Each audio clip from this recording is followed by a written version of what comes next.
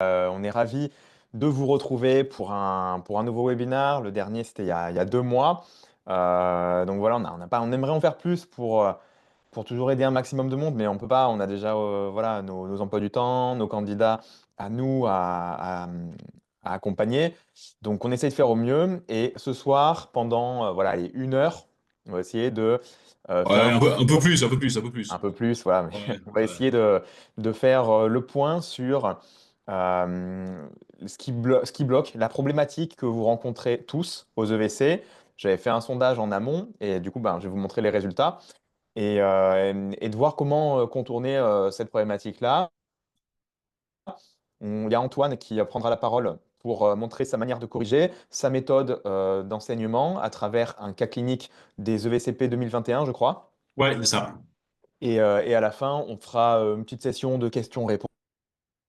Voilà, on essaiera de vous donner un peu de motivation et puis de répondre à toutes vos interrogations. Je vais vous faire une première partie avant de laisser la parole à Antoine. Globalement, voilà, première diapo, donc deux diapos, qui sommes-nous? Alors, d'une part, moi, bah, je suis chirurgien viscéral en France, je suis le docteur Perrin, pour ceux qui me connaissent pas, qui n'ont pas vu ma tête sur les réseaux. Je suis à l'origine de PrEP EVC. Donc moi, personnellement, je fais de la chirurgie viscérale et bah, ça fait un peu plus de 8 ans que je suis un peu dans l'enseignement, parce que j'ai fait beaucoup de conférences pour les internes, pour les externes avant. Euh, et à travers voilà, cette expérience de terrain, eh ben, moi ainsi qu'Antoine, on a identifié en fait ce que le jury attendait. Parce Ouais, que comme bah, vous si le je peux savez, si je peux me permettre, ouais, t'es quand même mieux avec la barbe, hein. C'est mieux. restons sérieux. Euh, je dis à travers voilà, cette expérience de terrain, bah, nous, en fait, on a identifié ce que le jury attendait. Et parce que, comme vous le savez, les EVC, c'est pas seulement un concours de connaissances théoriques brutes, standard, juste des connaissances théoriques. C'est de savoir comment les organiser, comment les utiliser, comment répondre en fait, de la manière avec laquelle c'est attendu. Et cette méthode, elle permet d'avoir bah, des taux de réussite qui sont très bons, plutôt 110% en 2024. Hmm. Antoine, je te laisse te D'accord. présenter pour ceux qui ne te connaissent pas. Ouais, donc bonjour à tous, moi je suis Antoine Do, donc pour ceux qui me connaissent pas, je suis à Nest Réa. Voilà, j'ai, on va dire, à peu près plus de 15 ans d'expérience. J'ai fait pas mal de réanimation dans mon cursus, notamment de la réanimation brûlée, beaucoup, de la réanimation polyvalente, de l'anesthésie, bah forcément, parce que quand on est à Nest Réa, on fait un peu les deux. Là, je suis actuellement donc en réanimation polyvalente à Bordeaux. Donc je fais vraiment de l'AREA de l'USC et puis je fais des gardes en anesthésie et puis j'ai toujours été très intéressé par l'enseignement, donc j'ai fait pas mal d'enseignement donc au profit des élèves IAD, au profit des internes et puis j'ai accompagné plusieurs candidats aux EVC dans mon service qui ont presque tous réussi, hein, d'ailleurs tous en fait, hein, finalement, parce qu'il y en a un qui a réussi l'année dernière. Et puis en fait bah voilà, on s'est connus avec Jean-Mathieu, on a décidé que voilà, c'était très intéressant de mettre à profit en fait sa plateforme et puis moi mon expérience dans l'accompagnement des Alestrea dans la préparation des EBC. Voilà, donc je suis ravi et c'est vraiment un grand honneur, hein, je vous le dis, hein, c'est un grand honneur pour moi de pouvoir vous accompagner parce que ça me fait plaisir. C'est vraiment quelque chose qui est très important pour moi. J'essaye de répondre, hein, voilà, à vos questions le plus vite possible parce que j'en ai pas mal et parfois bah, je suis un peu dépassé. Mais voilà, je me fais un point d'honneur en fait à vous répondre le mieux possible et le plus rapidement possible dans toutes les questions que vous pouvez me poser pendant votre préparation. Ok. Alors, je vous avais envoyé un sondage avant ce webinaire et avant le premier, qu'on avait fait il y a 2 mois, pour identifier en fait quelle est votre problématique principale. Je vous avais dit, la question était simple, c'est quelle est la plus grosse difficulté que vous rencontrez lorsque vous vous préparez aux EVC? Et vous regardez qu'il y a une écrasante majorité de candidats qui en fait est bloquée par la méthodologie de réponse. Donc déjà, première chose, comme vous voyez sur ce graphique, il y a plus de 300 réponses, d'accord? La méthodologie, vous voyez, c'est 250 personnes sur peut-être 300, 400 qui posent problème. Ça veut dire que c'est vraiment quelque chose qui est significatif et ça montre bien que ça suffit pas d'avoir juste en fait les connaissances, voilà, de croire que ça suffit d'apprendre ces recommandations par cœur, d'acheter le collège de médecine intensive et puis d'apprendre ça par cœur. bah, déjà, c'est quoi? C'est pas utile du tout et ça suffira pas, d'accord? Parce que la méthodo, vous la prenez pas comme ça dans un bouquin. Voilà, c'est l'expérience, c'est la pratique, c'est bah, se faire aider par quelqu'un qui connaît, travailler en binôme, qui a réussi, voilà, bref, ce genre de choses. Les sources de révision, peut-être Antoine partagera. Il y avait quelques bouquins qui, je sais qu'il recommande assez régulièrement. Mais enfin, on verra à la fin du live, il pourra partager si ça vous intéresse les ressources. Mais je sais que dans notre groupe, en tout cas, il partage des, euh, des livres qu'il connaît qui sont bien. Voilà, gestion du temps, aussi un autre problème. Mm. Bah, vous êtes tous anesthésistes, réanimateurs, vous faites probablement des gardes en réa, parfois vous tournez aussi sur le tableau de l'anesthésie. Bon, ben, en fait, dans tout ça, euh, comment vous pouvez en fait vous préparer si après avoir enchaîné 24 heures de garde en réanimation où ça sonne toutes les 1 minute, et ben, le lendemain, vous êtes décalqué, vous avez la tête comme ça. Comment vous pouvez vous préparer Mm. si vous gagnez pas du temps, si vous prenez pas des raccourcis? Ouais. Alors, juste si je peux me permettre, Jean-Mathieu, pour répondre un petit peu à la question que tu poses. Ouais. euh, En fait, la gestion du temps, c'est extrêmement important. Voilà, on a tous, voilà, vous êtes tous des collègues, hein, vous êtes tous anesthésistes réanimateurs. Donc, vous avez tous bah voilà, quoi, des gardes, vous travaillez à l'hôpital, vous avez des journées qui sont chargées. En fait, je pense qu'il faut vraiment optimiser votre temps. Voilà, vous avez peut-être que quelques heures dans la journée pour pouvoir réviser, et c'est là que je crois vraiment qu'il faut ne pas se disperser. Et donc, en fait, le site PrepEVC, bon, ben, il a probablement des défauts, hein, voilà, comme tous les sites, hein, voilà. Mais on essaye d'optimiser vraiment la gestion du temps. C'est-à-dire qu'en fait, toutes les minutes que vous allez passer sur le site, eh ben, elles vont vous permettre en fait de vous préparer au mieux. Et moi, je le vois très bien parce que je vois bien qu'en fait, plus vous allez passer de temps sur le site et plus vous allez passer de temps à travailler sur les questions qui sont posées et qui sont des questions en fait qui sont des questions qui peuvent tomber, voilà, parce que c'est ça qui est important. Plus vous allez en fait, ben, voilà, optimiser votre temps. Et ça, c'est extrêmement important parce que vous n'avez pas le temps de travailler 10 heures par jour sur la préparation des EVC, c'est pas possible. Voilà. Ouais. Ah ben non, c'est clair, c'est clair. Non, je suis complètement d'accord avec ce que tu dis. Et à propos, je vous invite tous à regarder, si ça vous intéresse, à la fin du webinaire, j'ai publié une vidéo à ce sujet sur la chaîne YouTube de PrepEVC. Ça parle pas d'anesthésie, mais ça peut parler un peu à tout le monde. En fait, c'est une vidéo qui illustre qu'il faut cibler son travail, cibler ses révisions, et pas en fait s'éparpiller sans avoir de plan. Et Mhm. que comme il dit Antoine, il y a des sujets qui sont hyper tombables, il y a des questions qui sont hyper tombables. Et en fait, si vous avez quelqu'un qui sait et qui vous guide, bah, vous avez plus de chances. Et la preuve étant, la vidéo que j'ai publiée à ce sujet-là, après j'arrête de dévier, mais la vidéo que j'ai publiée, c'est je montre preuve pour preuve, hein, la preuve à l'appui, que aux EVC de chirurgie viscérale en 2024, 90% des questions qui étaient tombées Mhm. à l'examen, eh ben, elles avaient été vues, mais mot pour mot, en fait. Mot pour mot, on les avait vues en conférence. Donc, en fait, voilà, si imaginez, vous allez aux EVC 2025, vous avez déjà vu le sujet en amont, bon, ça pose les bases, quoi. Ouais. Alors, donc rapidement, après on passe à la correction. Le problème principal, c'est la méthodo. Surtout, voilà, les amis, à bosser sur la méthodologie, essayer de réviser de manière active. Ne vous contentez pas de lire passivement. Euh, j'ai mis aussi imagerie médicale. Pourquoi j'ai mis ça? Parce que lors du dernier webinaire, on avait vu qu'il y avait un cas clinique d'AVC, si je me souviens bien. Et bah, je pense Mhm. que ça a Ouais. implanté pas mal, ça, de ne pas être au point sur ces images. Ah ouais, bah, celui-ci, il était particulièrement compliqué quand même, hein, effectivement. Et d'ailleurs, j'ai eu pas mal de demandes des étudiants avec qui on travaille là, hein, donc on en a quand même déjà plusieurs dizaines hein, qui sont inscrits, qui me demandent, bah voilà, est-ce qu'on peut faire un module voilà, Examen d'imagerie complémentaire, tout médicale, ça. ouais, l'examen complémentaire imagerie médicale. Et je crois qu'il y a vraiment un vrai truc là-dessus, quoi. Donc effectivement, moi, je suis en Ouais. train de travailler avec un radiologue de mon hôpital pour qu'on puisse vous proposer ça. Parce que voilà, en fait, les EVC en anesthésie réanimation, et ben, c'est quand même assez vaste. Et il faut pas se faire avoir sur un truc vraiment voilà, qui est un peu piégeant, quoi, et piégeux, qui est juste en fait un scanner qui était en plus assez moche. Hein. Vraiment, franchement, c'était pas un cadeau. Donc voilà, il faut que vous ayez en fait cette culture d'être un peu transversal, ça c'est sûr, et en même temps de vous concentrer sur ce qui est vraiment important. Et effectivement, bah, savoir lire un scanner, savoir lire un angioscan cérébral, et dépister les pièges, bah, c'est un truc qui est important également, quoi. Et ça, c'est un truc qu'on vous propose. Mm. Ouais. Donc voilà, on va vous montrer donc, bah, les pièges, on en a déjà un peu parlé, méthodo, imagerie, gérer les sources. Voilà, et on va vous montrer voilà, la méthode un peu entre guillemets pour réussir à travers une correction d'un cas clinique. Avant ça, je vous donne juste bah, voilà, nos quatre piliers pour vraiment bien se préparer efficacement. C'est vraiment une méthodologie de réponse irréprochable.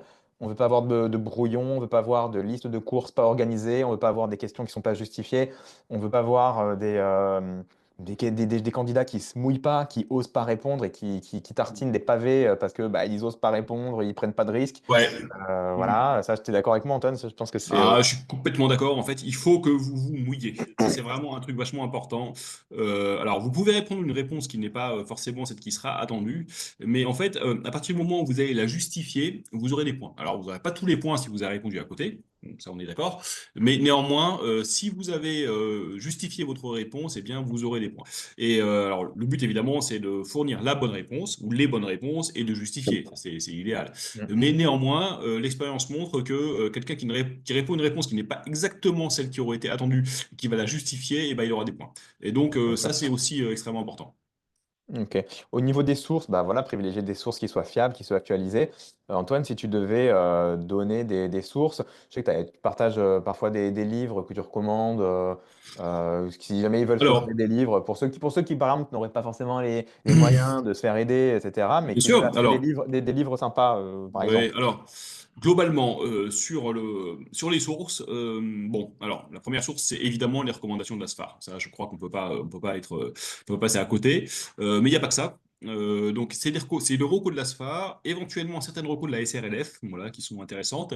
Dans les bouquins, eh bien, vous avez tous les livres du Collège national des enseignants en anesthésie et réanimation, dont certains sont très intéressants, d'autres sont un peu compliqués, mais voilà, nécessitent quand même d'être vus. Et puis, il y a également d'autres sources. Alors, moi, enfin, je mets systématiquement, ou pratiquement systématiquement quand elles existent, dans les réponses que je donne dans les EVCF, dans les EVCP, je mets toujours les références. Voilà. C'est-à-dire, je vous Mm. mets toujours la recommandation qu'il faut connaître, voilà, l'article qui va vous permettre bah, voilà, quelque part de vous documenter sur le sujet, et puis éventuellement un ouvrage de référence. Voilà. Donc sur les sources, honnêtement, c'est d'abord les recommandations d'ASFAR, qui sont gratuites, voilà, qu'on a mis sur le site d'ailleurs, hein, Oui, JM. oui. Voilà. Deuxièmement, certaines recommandations de la SRLF, mais il faut faire un peu attention que les recommandations de la SRLF ne sont pas toujours pertinentes, qui sont vraiment très axées réanimation. Et puis troisièmement, quelques ouvrages de référence. Alors comme je disais, bon, il y en a un que je conseille toujours, mais c'est parce que je l'ai écrit. Donc je suis un peu jugé parti dans l'histoire, mais c'est un livre d'infectiologie dont j'ai été un des auteurs, qui me semble très bien, parce que forcément je l'ai écrit. Mais il y a d'autres choses. Voilà. Donc c'est vraiment l'ASFAR, premièrement, évidemment, voilà, c'est indispensable. Deuxièmement, la SRLF. Troisièmement, certains articles, mais je vous donnerai toujours la référence, et le plus souvent, dans 90% des cas, c'est des articles qui sont en accès libre. Et puis, bah, quelques ouvrages de référence que vous pouvez soit télécharger gratuitement, en tout cas dans le cadre du Collège national des enseignants d'anesthésie et réanimation, qui parfois sont payants. Et dans ce cas-là, et bah, voilà, il faut que vous fassiez l'effort éventuellement de vous le procurer. Ok, ok. Troisième point, si je devais me préparer à votre place, je pense que je mettrais beaucoup, je miserais sur l'entraînement, sur avoir des cas cliniques qui sont fiables, des questions qui sont hyper tombables et qui sont fiables, comme je vous le dis, parce que si c'est bien ciblé, si c'est pertinent sur les sources sur lesquelles vous vous entraînez, ben en fait, vous maximisez vos chances de réussite. Voilà, comme je vous dis, si vous présentez à l'examen, et que imaginez, avant l'examen, vous avez vu, mais mot pour mot, les 90% des questions du concours. Bah, franchement, oui, vous en avez pour ce que vous avez investi là-dedans, quoi. Donc attention au bouquin d'internat d'il y a 10 ans, là, de 2014. Voilà, je pense que l'entraînement, tu es d'accord pour dire c'est essentiel. Alors, on attend dans les EVC que vous soyez quand même à jour sur les recommandations. Voilà. Donc, les bouquins d'internat d'il y a 10 ans ou il y a 15 ans ne sont pas forcément à jour, et le niveau qui est demandé n'est pas celui qu'on va vous demander. C'est-à-dire que, je m'explique, on considère, mais on a à juste titre, hein, que vous êtes tous des anesthésistes réanimateurs diplômés. Le but des EVC, c'est de vérifier que vous avez en fait. Alors, la connaissance technique et théorique, ben, on considère que vous l'avez. Ce qu'on veut savoir, c'est si vous êtes à jour en fait de la pratique telle qu'on la conçoit en France. Voilà, Hmm. c'est surtout ça. Hein. Voilà, on considère que vous avez déjà tous un bon niveau, et donc il va falloir effectivement que vous soyez vraiment à jour sur ce qui se fait en France, puisque l'objectif évidemment des EVC, c'est que vous puissiez pratiquer en France, et que vous puissiez après derrière effectivement accéder au statut de péage, etc. Donc c'est vraiment ça l'important. Donc on va vous demander un niveau qui est supérieur à celui qui est dans les bouquins d'internat, quoi. Voilà, clairement. Ouais, ouais. Bah oui, en plus, les bouquins d'internat, je vous rappelle un truc, ça s'adresse à des externes, hein. Bon, vous n'êtes pas étudiant en médecine, hein, les amis, Ah d'accord? non, ben non.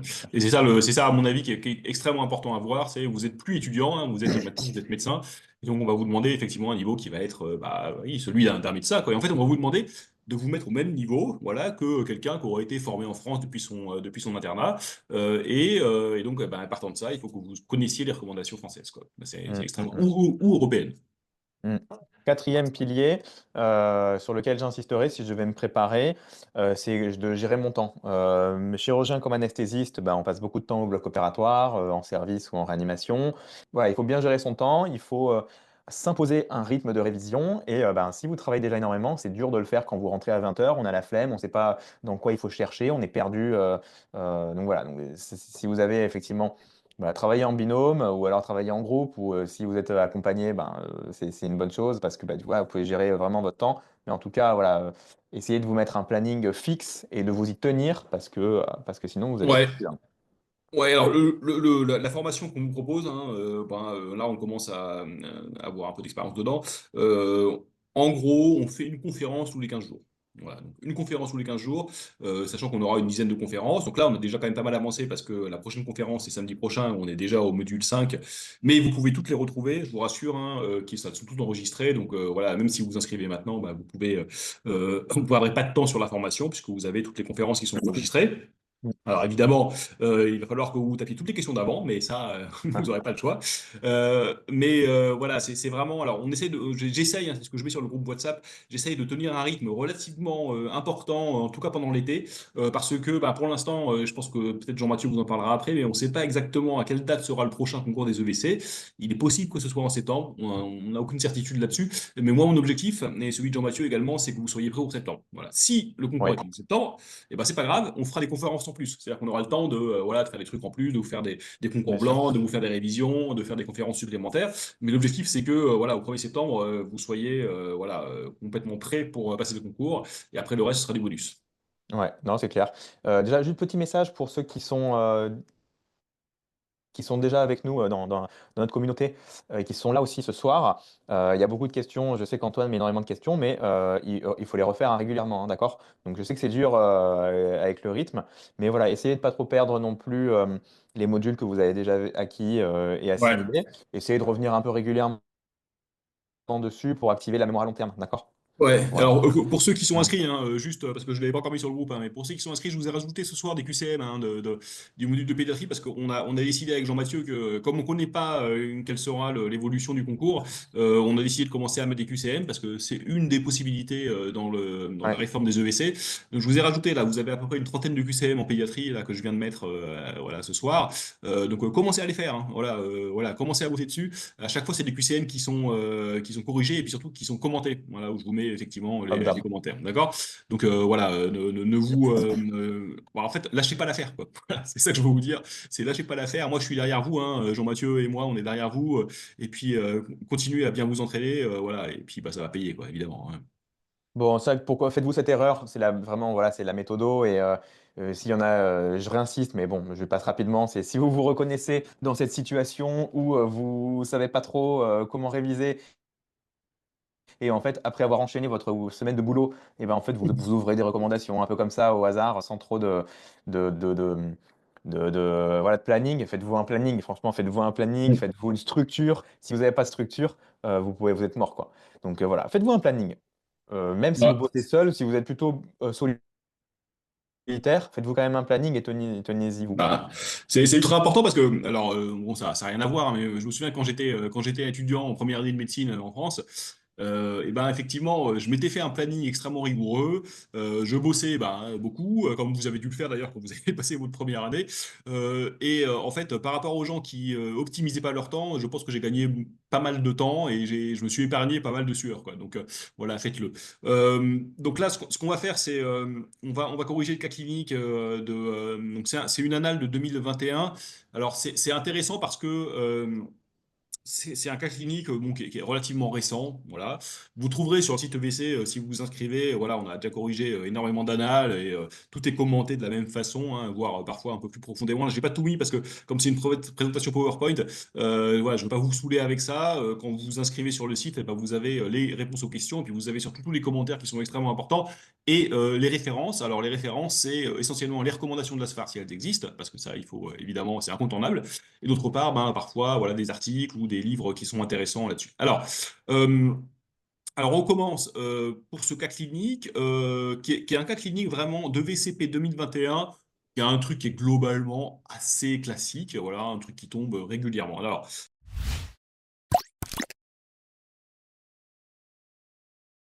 donc c'est, voilà, vous êtes appelé par les chirurgiens aux Soyez urgences. actifs, hein, d'accord? On fait ça de manière Ah interactive. ouais, et puis allez-y, hein, Antoine allez-y, corrige, mais posez vos ouais, questions, c'est le allez-y, moment. mettez les questions, hein. Et même ceux qui sont déjà dans le Alors, groupe, posez vos questions. ouais, ouais, ouais, hein, voilà. Alors, on va pas le faire en totalité parce qu'il y a 10 questions dans mon souvenir. On va en faire 5 ou 6. Après, évidemment, bah, tout le reste est déjà corrigé sur le site, hein, si vous avez envie d'en savoir plus. Donc là, c'est un patient de 58 ans qui a un ulcère gastrique perforé. Bon, voilà. Qui vomit depuis 24 heures et on voit dans ses antécédents une hyparésie, un AVC sylvain superficiel gauche, ok, 2018. Il est sous aspirine, il a une HTA, il est sous ARA2. Voilà et il a un tabagisme et un alcoolisme. Bon, voilà. Bon, en fait, c'est le patient que vous avez, voilà, de base, hein, voilà, c'est la vie réelle. Il vous donne plusieurs données. Premièrement, une pression artérielle donc à 95-40, donc ça vous fait quand même une pression artérielle moyenne qui est en dessous de 65, donc ça c'est un premier indice, hein. Alors, les énoncés qu'on vous donne dans les EVCP, il faut que vous puissiez vraiment les utiliser, d'accord? Quand on vous donne, et ça je vous le dirai après, mais quand on vous donne en fait des données, la plupart du temps, voire même pratiquement tout le temps, ça veut dire qu'il faut que vous les utilisiez. Donc il a voilà, une pression artérielle 95-40, donc il est quand même un petit peu étendu, il est tachycarde, il est bon voilà, il a une SAT à 88 en air ambiant, donc c'est pas non plus nickel. Par contre, il resature bien sous oxygène. Il est quand même polypnique, hein, une fréquence respiratoire à 38, il a un MOQ à 14, un dextro à 12, ok, et il est, on va dire, fébrile, subfébrile, 38,4, 38,5, on est à la limite de la fièvre selon la définition. Et puis alors, ils vous disent il est confus et agité, ça vous verrez qu'après on va s'en servir. Et puis on donne l'exculpation pulmonaire, donc elle est claire, là, des bruits du cœur réguliers, et puis bon, évidemment, sans surprise, il a une défense, et le reste de l'examen clinique et son particularité. Donc ça, déjà, quand vous avez ce genre d'énoncé, je vous conseille très fortement de souligner tous les éléments importants. Voilà, donc ça va être la pression artérielle, ça va être la tachycardie, ça va être le fait qu'il désature un peu, ça va être le fait qu'il est polypnique, ça c'est vraiment un truc important, qu'il est subfébrile, et surtout le fait qu'il est confus et agité. Après, quand ils vous disent que tout le reste est normal, voilà, le soulignez pas, mais gardez-le dans un coin de votre tête parce que ça va vous servir pour la suite. Après, il vous donne le bilan biologique. Alors, le bilan biologique, c'est pareil. Si vous le donne, c'est que probablement, il va falloir vous en servir. Donc là, vous avez un patient qui a une polynucléose. OK, il est à 14 gigas. Il est un peu hémoconcentré, hein, vous voyez, 15 grammes par décilitre. Il a les plaquettes à 380. Donc voilà, on n'est pas dans la thrombocytose, mais voilà. Il vous donne une chlorémie qui est normale. Et ça, donc la chlorémie, je vous rappelle, hein, 95-105 millimoles par litre. Ça, il faudra qu'on s'en serve. La kaliémie, elle est, voilà, il y a une petite hypokaliémie. La réserve alcaline, il vous la donne, ça, on va s'en servir pas mal. Donc là, c'est pareil, il faut le souligner. Il est probablement un peu hémoconcentré. Il a une créate qui est à la limite haute quand même, hein, 110 micromoles par litre, c'est pas complètement normal. On vous donne la gazo. Ok, donc là, tac, tac, tac. Ok, on voit surtout déjà d'emblée quand même que la PSCO2 est très basse, hein. C'est un patient qui est très hypocapnique. Il a des bicards qui sont extrêmement bas, un bas excès qui est très bas. Il a une hyperlactatémie. Voilà. Et donc évidemment, bah, on vous dit il y a un pneumobritoine. Bon, bah, ok, ça on s'en doutait un peu.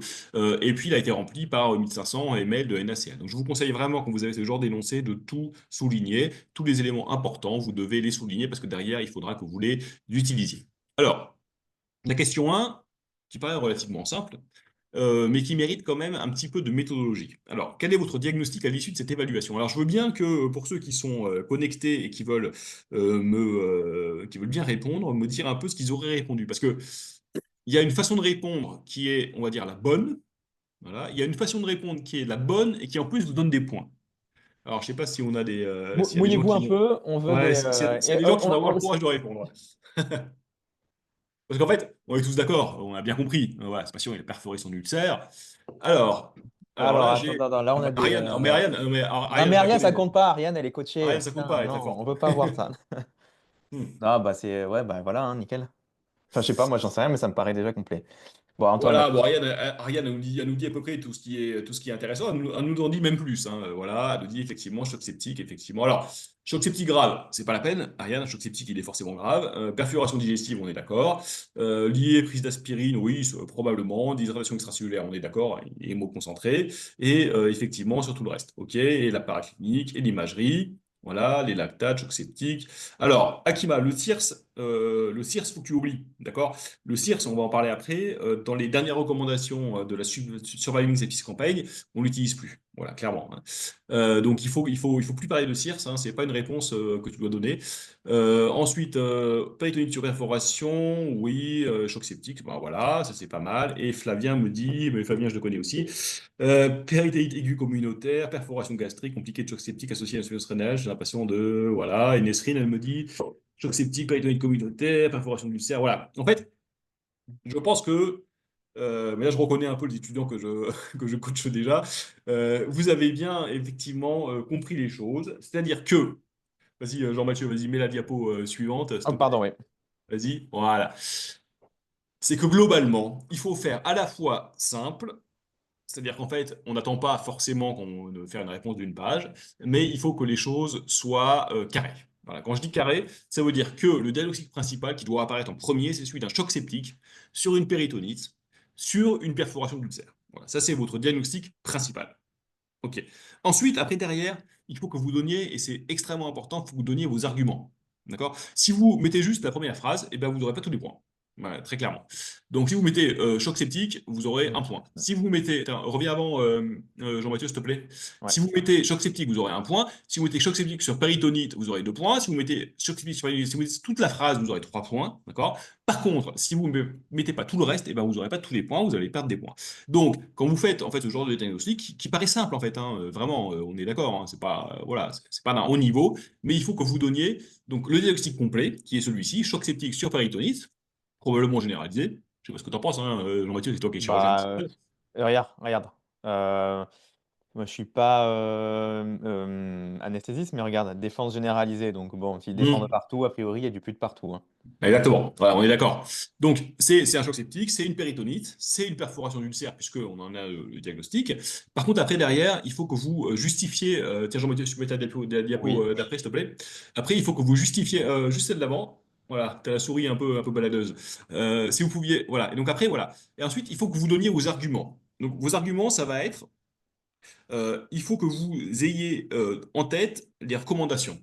Voilà. Les recommandations, il faut que vous les appliquiez. Et donc, ça veut dire que vous allez utiliser vraiment, mais de façon extrêmement littérale, la Surviving Sepsis Campaign. Donc, il y avait 2016, il y a 2021. 2021, on ne change pas vraiment les critères diagnostiques, il y a des choses qui changent un peu à la marge, mais plutôt sur la prise en charge. Donc, vous allez utiliser en fait la définition du choc septique telle qu'elle est donnée sur les recommandations de la Surviving Sepsis Campaign de 2016. Et ça, c'est ça qu'on attend de vous, hein. Voilà, on n'attend on n'attend rien d'autre, hein, on attend ça. Donc vous allez parler de sepsis. Donc vous allez dire quels sont vos arguments pour un sepsis. C'est-à-dire que vous allez dire, bah, il y a une infection suspectée puisque on a un ulcère gastrique perforé et donc probablement une péritonite. Ok, on est d'accord là-dessus. Mhm. Vous allez parler de la fièvre. Alors, je suis d'accord avec vous, on peut me faire la remarque qu'à 38,4, on n'est pas vraiment dans la définition d'un état fébrile. Enfin, on n'en est quand même pas très loin, donc on peut la mettre. Voilà, ce patient, il est à 38,4, il n'est pas en tout cas apyrétique, même si on n'est pas dans la définition stricto sensu de la fièvre en réanimation. Ensuite, la polynucléose, qui apparaissait avant dans les critères diagnostiques du CIRS. D'accord. Le CIRS n'existe plus, hein, comme je l'ai dit à une des participantes. Hein, le CIRS, il ne faut plus l'utiliser. D'accord. Et ensuite, la dernière chose, qui est beaucoup plus compliquée et qui apparaît dans la recommandation, c'est le score SOFA. Alors, le score SOFA, hein, c'est le Score of Failure Organ. Vous n'allez pas le connaître par cœur. D'accord, on est d'accord, on va en parler après. On ne va pas vous demander de calculer le SOFA du patient comme ça. Voilà. Mais il faut que vous disiez en fait que dans votre diagnostic, vous allez le prendre en charge. Vous allez le prendre en compte, pardon, excusez-moi. Donc, en fait, dans le sepsis, il faut que cette notion de SOFA existe parce que c'est ce qui est recommandé et c'est ce qui est donné par la Surviving Sepsis Campaign. Ok. Donc, vous ne le connaissez pas et je ne vous demande pas de le calculer. Et d'ailleurs, les correcteurs ne vont pas vous demander de le calculer. Par contre, ce que vous pouvez utiliser, c'est le score Quick SOFA, d'accord, le QSOFA, qui est finalement extrêmement simple, d'accord? Là, vous avez un quick sofa qui est à 2, essentiellement, sur même à 3 d'ailleurs, hein, si j'ai peut-être mis une bêtise, sur l'hypotension et la confusion. Et il y a également la fréquence respiratoire. Donc, globalement, vous pouvez déjà donner tous ces éléments-là, d'accord? Je vous ai, oui, j'ai un peu zappé, mais effectivement, on a un quick sofa qui est plutôt à 3, puisqu'on a également la polypnée, d'accord? Donc, voilà, ça c'est les premiers éléments sur le sepsis. Ok. Ensuite, vous avez les arguments pour le choc septique. Et là, il faut être très précis.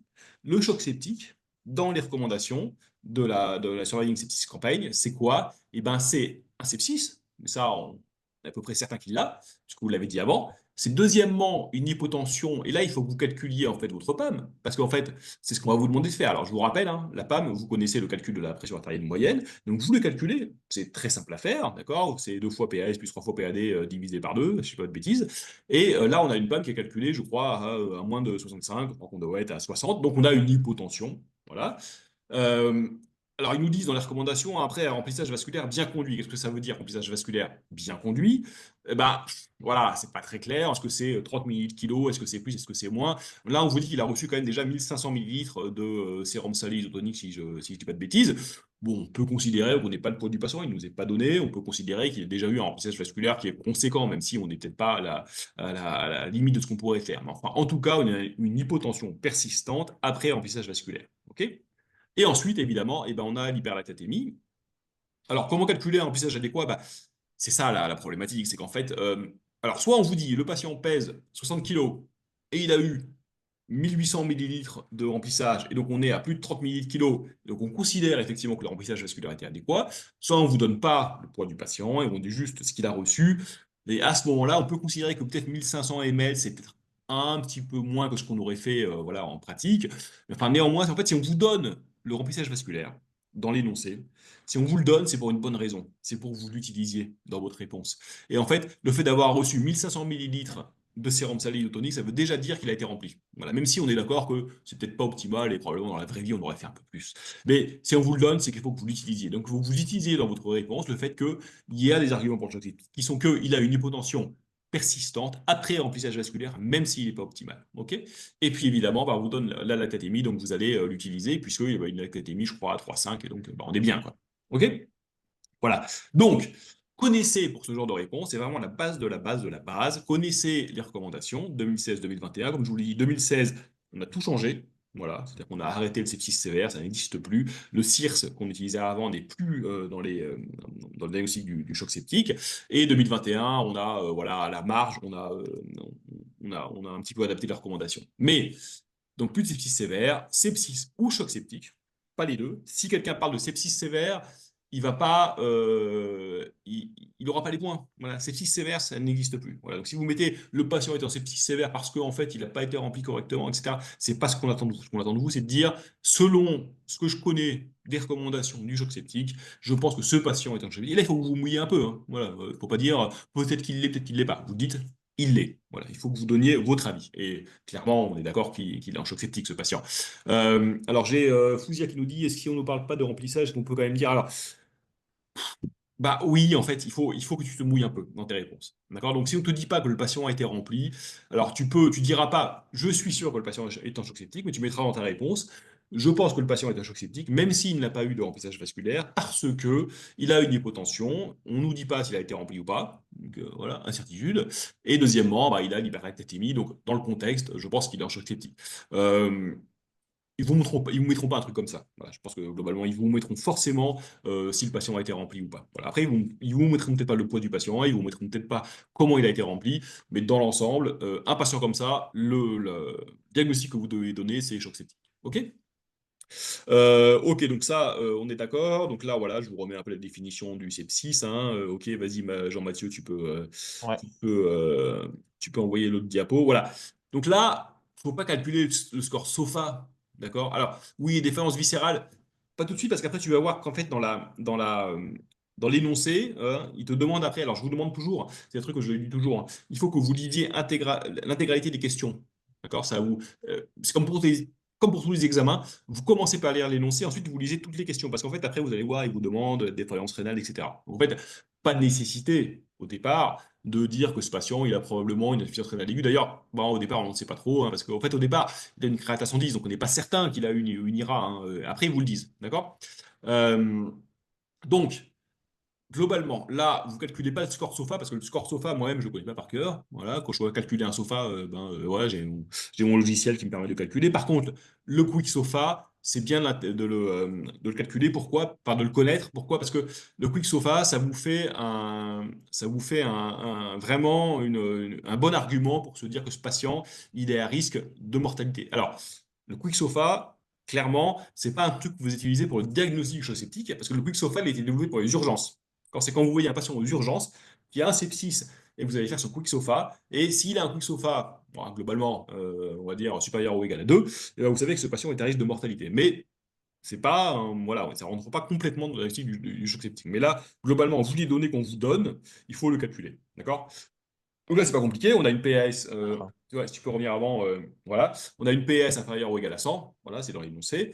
Le patient est confus, c'est évident dans l'énoncé. Il a une fréquence respiratoire supérieure à 22, je crois qu'on est à 38. Donc il a un quick SOFA à 3. Donc c'est un patient qui a risque de mortalité. C'est un patient qui est voilà, imminemment suspect d'avoir un choc septique. Donc la réponse qu'on donne, c'est ce patient est en choc septique sur les arguments suivants. Ok, le sepsis qui est extrêmement suspect, qui est même prouvé puisque ce patient il a une péritonite. Et deuxièmement, l'hyperlactatémie, le fait qu'on a une hypotension qui ne répond pas au remplissage vasculaire, et ce quick SOFA qui est supérieur ou égal à 3, qui nous donne en fait à la fois le diagnostic du sepsis, ok, et qui donne également le risque de mortalité du choc septique. Ok. Vas-y, Jean-Mathieu. Ah, ça, on a déjà Voilà. vu. Attends, je reviens juste sur celle d'avant. Voilà. Donc, ok, je vous ai mis en vert ce qui est donné dans l'énoncé. D'accord? Donc, ce qui est dans l'énoncé, c'est qu'il a un sepsis. Ce qui est donné dans l'énoncé également, c'est qu'il a une hypotension artérielle. Ce qui n'est pas donné dans l'énoncé, sur les recommandations de 2021, c'est qu'on n'a pas encore mis sous noradré. D'accord? Donc, en fait, stricto sensu, bon, on ne peut pas tout à fait dire qu'il est en choc septique parce qu'on n'a pas les trois éléments. D'accord?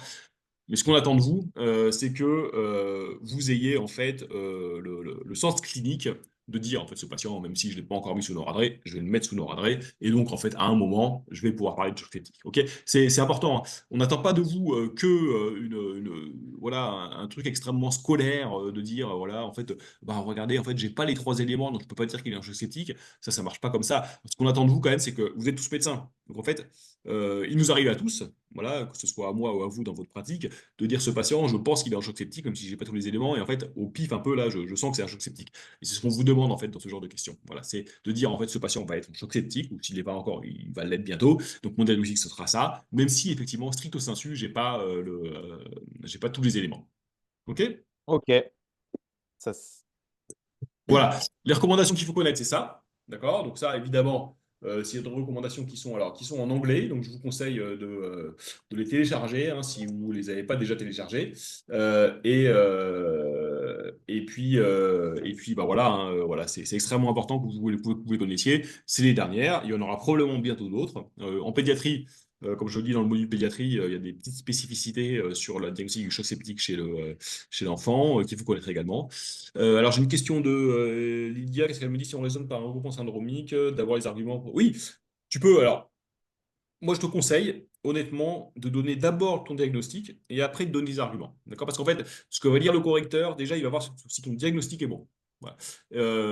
Et en fait, il va pas forcément s'embêter si tu donnes d'abord tes arguments. Il va peut-être pas jusqu'à la fin. Donc, donne toujours d'abord ton diagnostic et après tes arguments. C'est vraiment comme ça qu'il faut faire.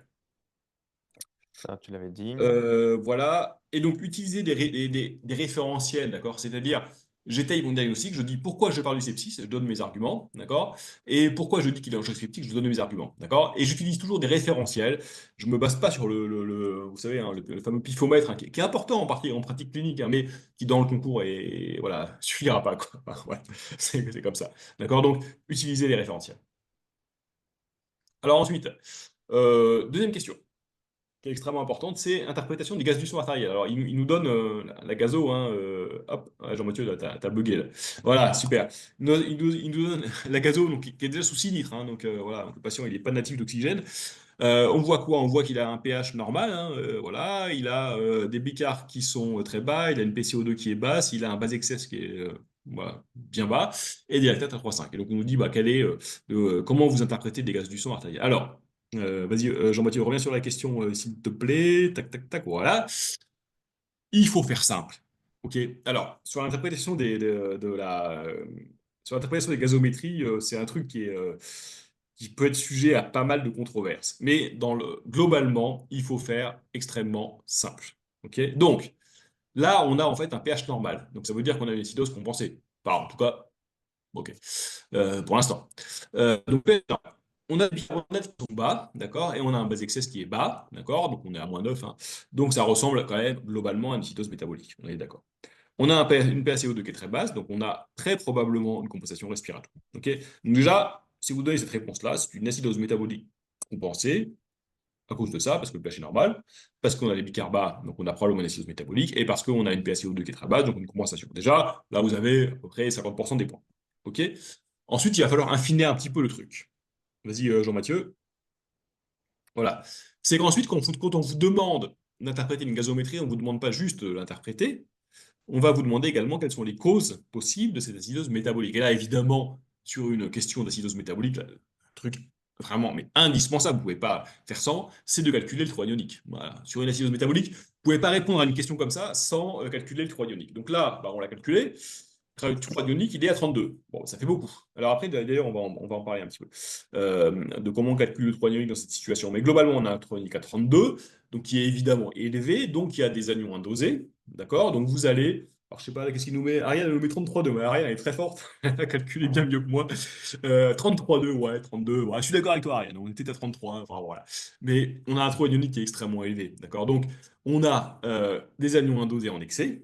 D'accord? La cause probable, c'est quoi? Et là, il faut que vous mouillez un peu. OK? Et alors, toujours mettez-vous dans la situation de je laisse ce patient devant moi en réanimation, qu'est-ce que je vais faire? Et pas que de la théorie. En fait, c'est quoi? C'est effectivement, il a effectivement des lactates, parce qu'il a une hyperlactatémie, mais est-ce que ça suffit? Parce qu'on vous dit que les lactates sont à 3,8. C'est pas énorme, hein. Un truc comme ça, une PCO2 aussi basse, bon, il y a peut-être autre chose. Qu'est-ce qu'il peut y avoir d'autre? Honnêtement, par argument de fréquence. Je ne vous demande pas forcément des choses compliquées, mais c'est qu'il y a probablement en fait des anions indosés, en particulier des acides, de l'acide phosphorique, par accumulation d'anions qui ne sont pas excrétés par le rein. Pourquoi? Parce que ce patient, et ça on en verra après, il a probablement une insuffisance rénale aiguë débutante avec une accumulation. D'accord? Alors après, d'autant plus qu'on vous dit en fait dans l'énoncé que ce patient il est sous ARA2. Ok. Oui, alors l'alcool, je suis pas tout à fait d'accord avec toi parce que, alors on dit que le patient est alcoolique, mais en fait, si tu veux, pour qu'il ait une acidose métabolique à 3 ionique augmentée, il faudrait qu'on puisse calculer le taux osmolaire, etc. Donc en fait, ça va pas trop dans le sujet, tu vois. Si on nous dit le patient il arrive et puis en fait on a une alcoolémie élevée, ouais, tu peux dire ok, sûrement il a une intoxication à l'éthanol et effectivement on a un taux osmolaire élevé, donc on a des anions indosés.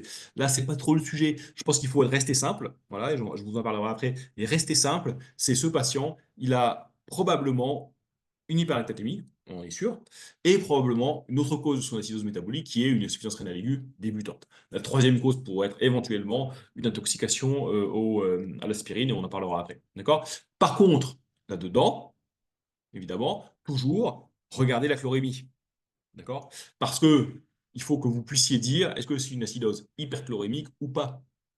Même si on a en fait un 3 ionique augmenté, on peut avoir une part d'acidose hyperchlorémique. Donc là, bah non, en fait, il a 95 de chlorémie, donc on a une chlorémie qui finalement est plutôt limite basse. Donc voilà, c'est pas une acidose hyperchlorémique, tu as un remplissage vasculaire par NaCl qui aurait été fait de manière un peu trop vigoureuse. Ok. Donc parlez toujours dans ces acidoses métaboliques, même si vous pensez que vous avez effectivement les bonnes réponses qui sont premièrement l'hyperlactatémie, qui est évident, mais qui n'est pas suffisante peut-être pour expliquer tout. Deuxièmement, l'insuffisance rénale aiguë, ok? Mais voilà, parlez toujours de la chlorique, ok? Et donc, c'est ce que je disais. Alors, juste un truc important, hein, c'est quand vous interprétez une gazométrie, d'accord? Rappelez-vous que les bicarbonates que vous avez sur la gazométrie, c'est des bicarbonates qui sont calculés, d'accord? Ils ne sont pas mesurés, ils sont calculés. C'est comme ça que ça marche, hein. Euh, et donc, utilisez toujours, quand on vous la donne, la réserve alcaline du patient, d'accord, qui est bien plus précise, d'accord? Donc, si on vous donne que la gazo et que vous avez rien d'autre, vous utilisez les bicarbonates de la gazo. Si on vous donne la réserve alcaline du patient sur l'ionogramme, ce qui est le cas là dans ce cas clinique, pour calculer votre trou anionique, utilisez la réserve alcaline. D'accord? C'est plus précis. Pourquoi? Parce que comme je vous le rappelle, et ça, je vous ai fait tout un commentaire dessus dans la correction sur le site, c'est que évidemment, la réserve alcaline, ça va calculer le CO2 dissous, ça va calculer les dérivés carboninés, et donc évidemment, c'est les vrais bicarbonates. Voilà, ce que vous avez sur la gazo, c'est pas les vrais bicarbonates. Donc utilisez tous. D'accord? Donc c'est pour ça qu'ici, on va utiliser 14, qui est la réserve alcaline. Donc en fait, la réserve alcaline, c'est pas compliqué. J'ai un commentaire là, de Sky. La réserve alcaline, c'est des bicarbonates sur le ionogramme sanguin. Donc en fait, c'est les HCO3- que vous avez dans le plasma. Ok. Les HCO3- que vous avez sur la gazométrie, je vous le répète, hein, c'est des HCO3- qui sont calculés, d'accord, qui sont des HCO3- qui sont prédits par rapport au pH et à la PSO2, etc. Donc en fait, c'est pas, voilà, c'est quelque chose qui n'est pas précis. D'accord? Donc, utilisez toujours la réserve alcaline, qui s'appelle également les bicarbonates veineux, hein, voilà, comme dit Flavien. Et donc, utilisez ça quand vous l'avez. Si vous ne l'avez pas, bah, vous ne pouvez pas l'utiliser. OK? Si vous avez une hypoalbuminémie, hein, je vous rappelle qu'il faut utiliser, juste reviens avant, Jean-Mathieu, s'il te plaît, voilà, il faut que vous utilisiez une chronique corrigée, d'accord? Parce que quand vous avez une hypoalbuminémie, d'accord, vous allez avoir en fait, alors ça on le verra après, je vous ai fait tout un commentaire là-dessus sur le site, hein, mais en fait, l'hypoalbuminémie est plutôt alcalinisante. Voilà. Et donc, ça va plutôt avoir comme effet de diminuer le trou ionique. Bon, voilà. Mais juste pour vous dire ça, là, c'est pas le cas. On ne donne pas l'albumine, je crois pas, hein. On donne la protilémie, on ne donne pas l'albuminémie. Donc, mais si on vous la donne, connaissez la formule, utilisez-la. OK? Ouais, vas-y, JM. Voilà. Donc, faites simple.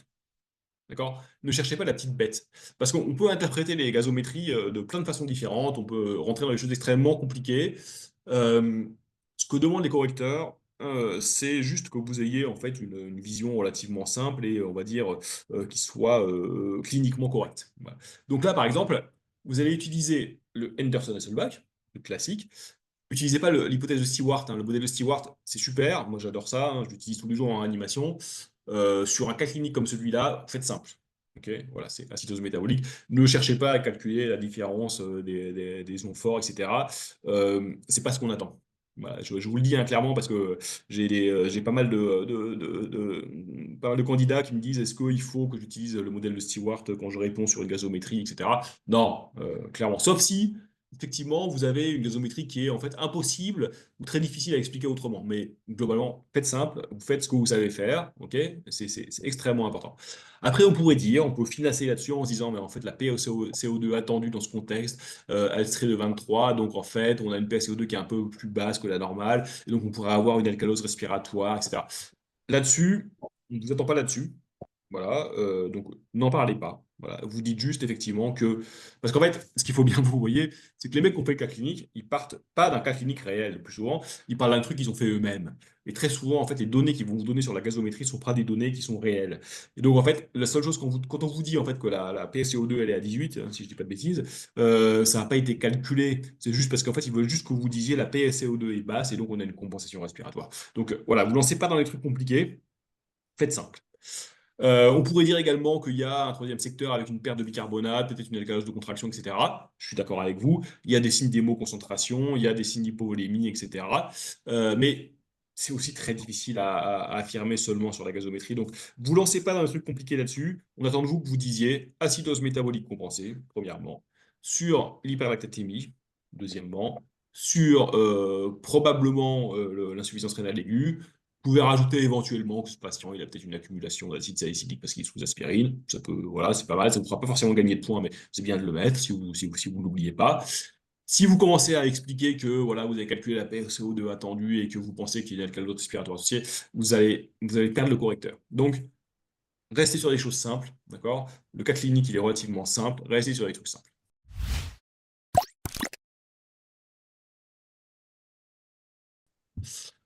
Question 3. Ouais, je sais, Jean-Monsieur, il faut qu'on avance. Quelle est votre prise en charge initiale préopératoire avant le passage au bloc? Alors, euh, ok, alors là, quand on vous dit prise en charge initiale, il faut que vous dérouliez le tapis rouge, quoi. Ok. Ce que je veux dire, c'est que on vous demande pas en fait de juste de dire, bah en fait, ce que je vais faire, c'est que je vais lui faire une consulte d'anesthésie, quoi. Bah, ouais, c'est pas ce qu'on vous demande. On est d'accord. On est sur un cas clinique, EVC. Donc, en fait, vous vous mettiez dans la situation où vous êtes aux urgences, vous êtes au SAU, vous avez un patient qui a un choc septique, qui a une péridonite, qui a une ulcère perforée, vous allez l'amener au bloc opératoire, ok? Donc, en fait, on vous demande de le faire dans la vraie vie, ok? Comme dans la vraie vie. Alors, vas-y, envoie. Attends, j'ai plus l'habitude, je m'étais endormi. Ouais, bah, je vois ça, ouais, ouais, ça t'intéresse pas, hein. Ça, c'est le truc des chirurgiens. En fait, les chirurgiens, vous êtes intéressés que quand le patient est sur la table. J'ai bien compris. Bon, donc, mettez les choses que vous allez faire dans la vraie vie. Et n'hésitez pas à mettre même des trucs qui vous paraissent pardon, débiles. Ok?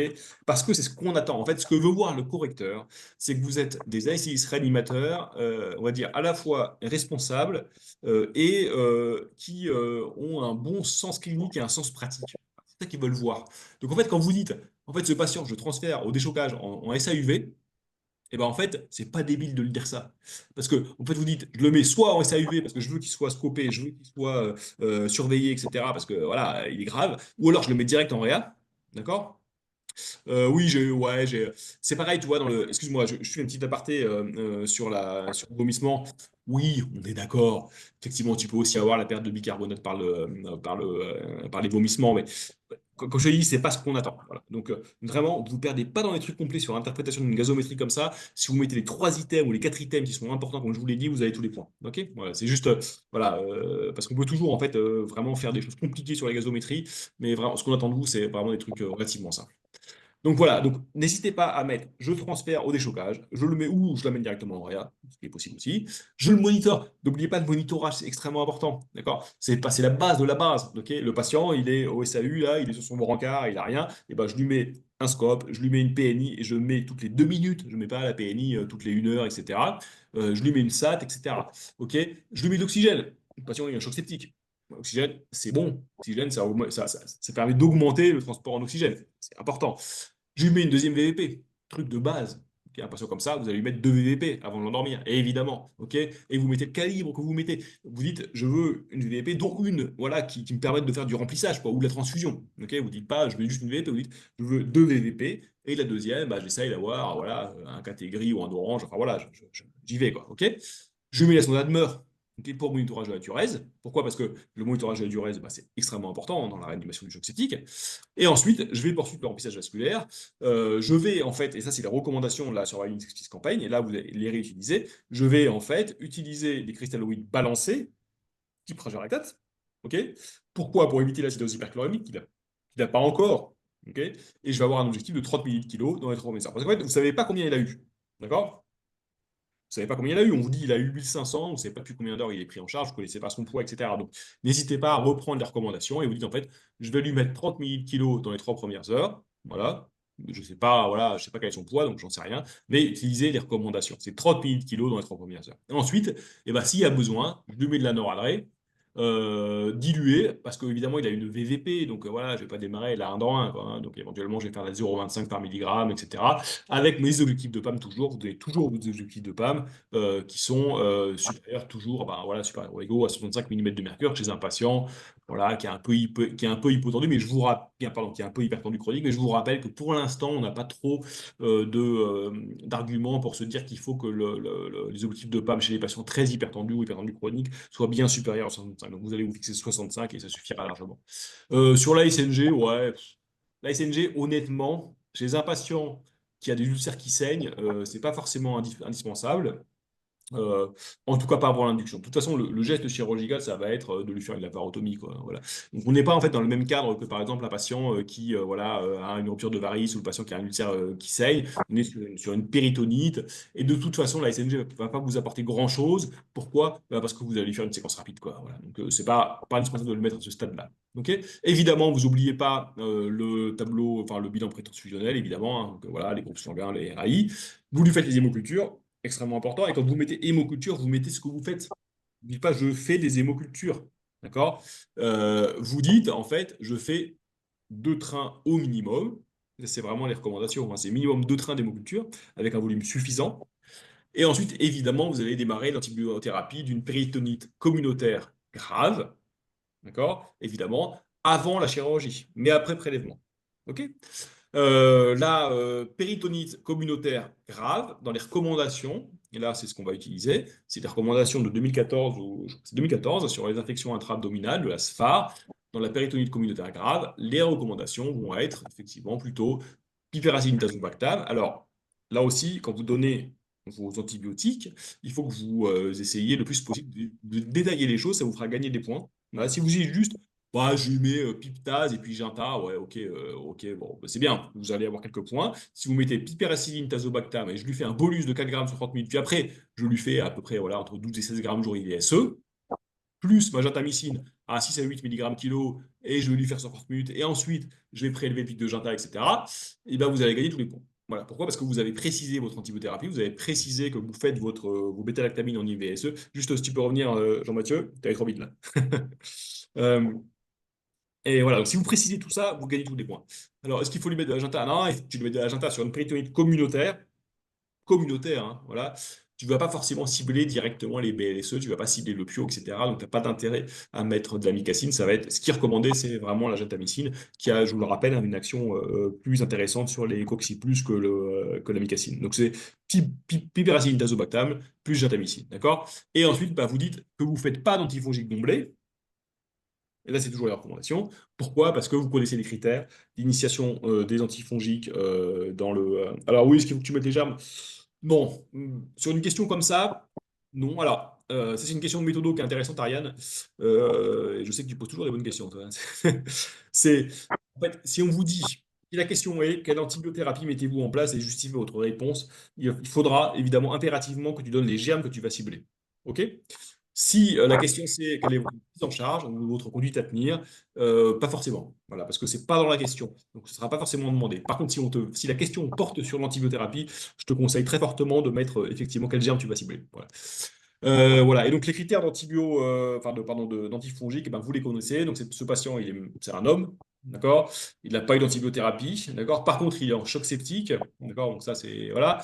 Il a une chirurgie suspendue. En fait, ça lui fait deux critères, mais il n'a pas les trois critères, donc on ne va pas lui mettre d'emblée des antifongiques sur sur cette antibiothérapie.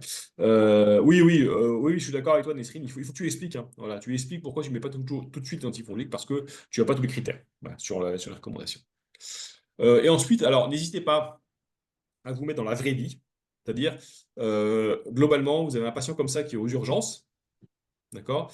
Patient comme ça aux urgences, vous allez en fait vous poser la question de savoir ce que je fais avant, c'est-à-dire est-ce que je lui mets un cathé central, est-ce que je lui mets un cathé artériel, est-ce que je l'endors? Voilà, c'est ça les trois questions.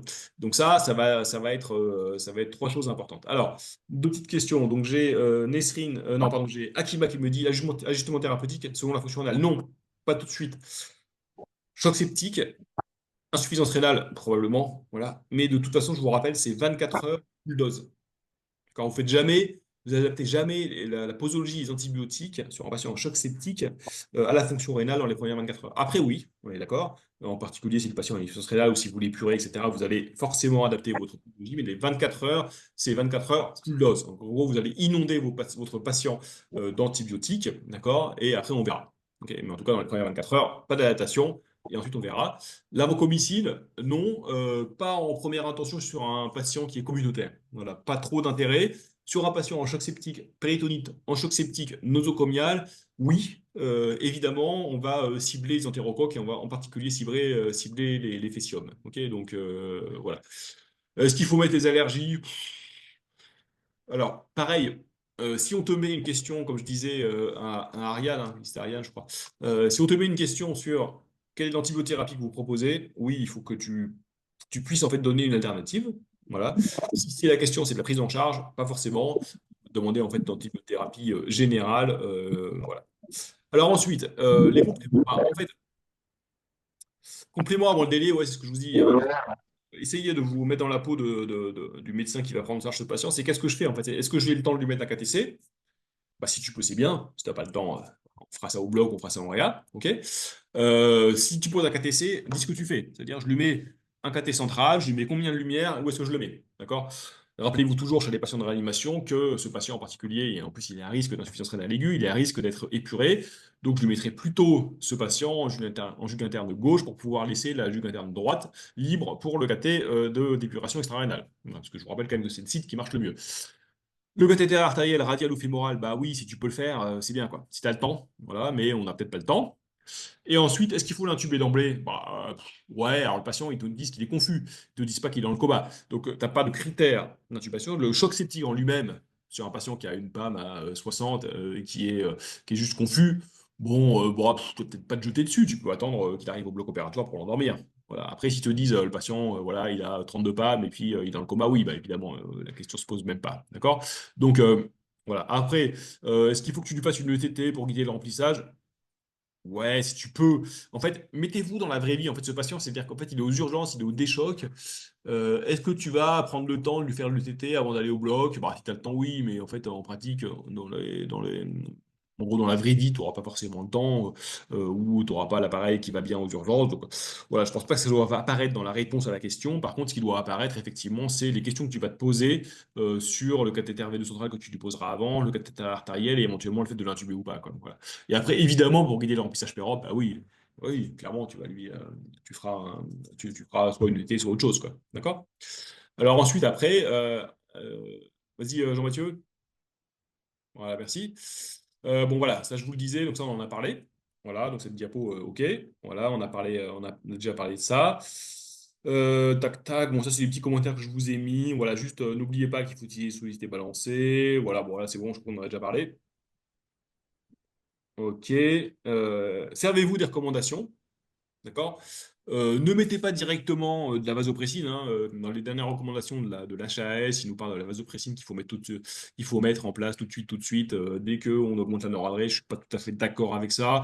Euh, c'est pas encore dans les recommandations de l'ASPAR, donc voilà quoi. Pour moi, la vasopressine, c'est choc septique réfractaire sous noradrénaline, après que le patient ait quand même eu des posologies relativement importantes de noradré, quoi. Parce que la vasopressine, je vous rappelle quand même, c'est très très bien, mais on a quand même des effets secondaires qui sont extrêmement importants, notamment une ischémie mésentérique, ischémie des extrémités, etc. Donc voilà.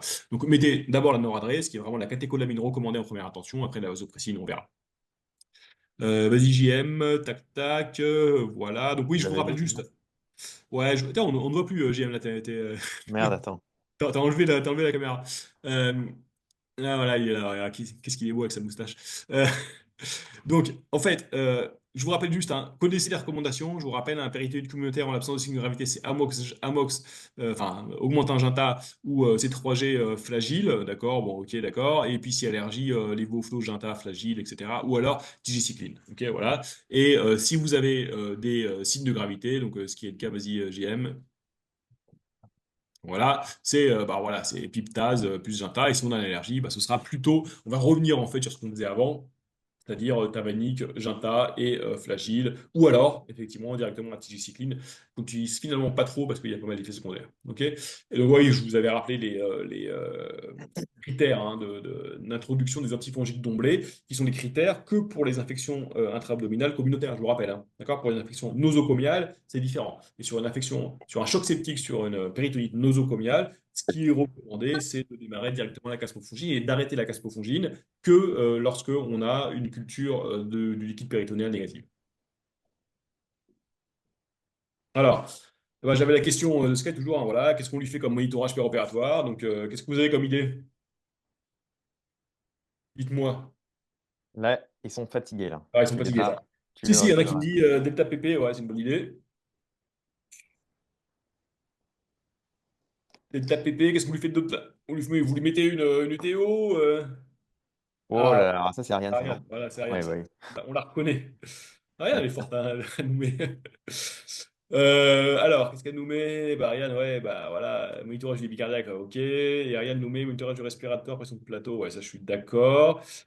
ETCO2, SPO2, monitorage hémodynamique, voilà. En fait, là, la question, vas-y, reviens sur l'intitulé de la question. Euh, voilà. Alors, on nous dit monitorage opérateur, donc Ariane, elle nous met toute la réponse. Hein. Elle est à fond, vas-y. Voilà. Déjà, la première chose, c'est évidemment monitorage invasif du débit cardiaque. Ouais, c'est un patient qui est en choc septique, donc vous n'allez pas pouvoir faire autrement que de monitorer le débit cardiaque, hein, probablement. Vous n'avez pas trop le choix. Donc, ce que vous avez comme option, c'est l'analyse du contour de l'onde de pouls, hein, truc relativement facile à mettre, hein. Vous avez juste besoin d'un cathéter artériel et vous avez besoin d'un moniteur style FlowTrack Vigéo, enfin ce que vous avez, quoi, d'accord? Et là, évidemment, vous avez donné vos objectifs de prise en charge, donc ça va être évidemment l'objectif de panne et évidemment les objectifs de précharge dépendance qui seront la variation, donc la VVE ou le DTPP. Dans les dernières recommandations de 2024, eh bien, il faudra que vous vous donniez. Alors, non, ça a été un petit peu. Alors, avant, c'était 13%. D'accord? Là, on est plus sur 10%. Bon, globalement, c'est pour ça que j'ai mis dans la réponse. Je sais plus ce que j'ai mis. Je crois que j'ai mis une réponse un peu. Ah non, j'ai mis 10%. En fait, bon, en pratique, moi, je suis resté un peu sur l'ancienne méthode de 13%, parce que je considère que 10%, en fait, on dit vraiment tous les patients.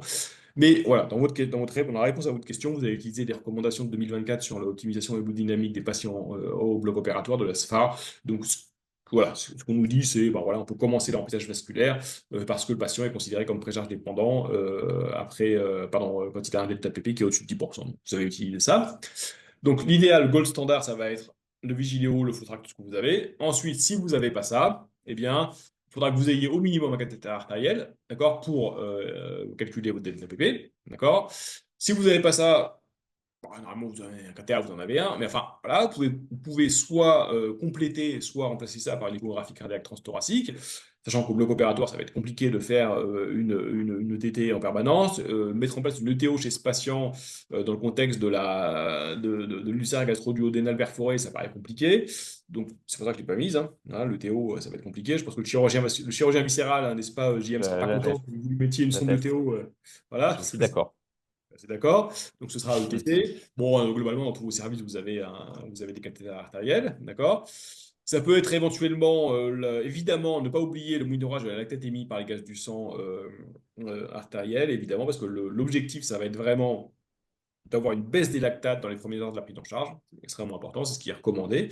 Et ensuite, évidemment, monitorage du reste. Et après, tout le reste, alors, j'ai pas mis dans la réponse à la question, mais c'est évident, parce que vous me l'avez, voilà, ça va être tout le reste. C'est-à-dire que vous allez effectivement nous mettre éventuellement, évidemment, le monitorage de la curarisation, parce que ce patient, vous avez curarisé. Ça va être le monitorage de la profondeur anesthésie, si vous décidez d'en mettre un. Bon, pas obligé, mais enfin voilà, vous pouvez mettre un bis. Et ça va être évidemment le TCO2, voilà, et puis la température, comme le dit Flavien. Mais je ne l'ai pas mis dans la réponse, parce que ça me paraît relativement évident.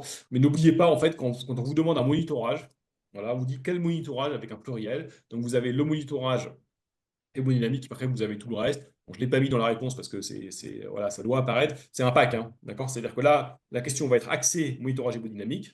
OK. Et ensuite, bah, n'oubliez pas de rajouter vos trois lignes en disant bah, voilà, je vais monitorer la colorisation, je vais monitorer les TCO2, je vais monitorer la température, etc. OK.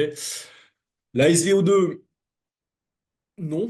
Alors, les lactates, on en a parlé, hein, Mourad. Dans les lactates, oui, il faut les monitorer, évidemment. Ça fait partie du monitorage hémodynamique du patient en choc septique. Donc, c'est vraiment monitorage du débit cardiaque, voilà, idéalement par voilà, ce que vous avez, c'est-à-dire un monitorage du contour ou alors un pico, enfin voilà. Deuxièmement, les lactates, évidemment, ça c'est extrêmement important. Le monitorage de la SVO2, alors ça commence à disparaître, hein, dans les dernières recommandations. On n'utilise plus trop la SVCO2, pas la SVO2, hein. La SVO2, je vous rappelle que la SVO2, c'est je mets en place un cathéter de Swan-Ganz et je monitore la saturation du sang veineux mêlé dans l'artère pulmonaire. Ça, c'est un truc qu'on fait plus trop, sauf en chirurgie cardiaque. Donc ça va être plutôt la SVCO2.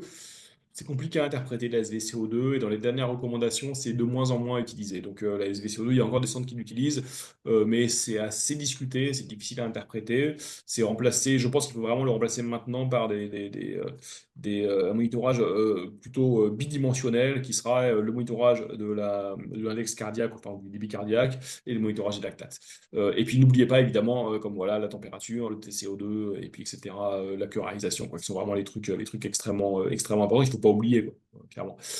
Après, Voilà, alors, est-ce qu'il faut que tu marques en plus que tu vas monitorer les pressions ventilatoires? Je suis pas persuadé. C'est pas forcément ce qu'on attend.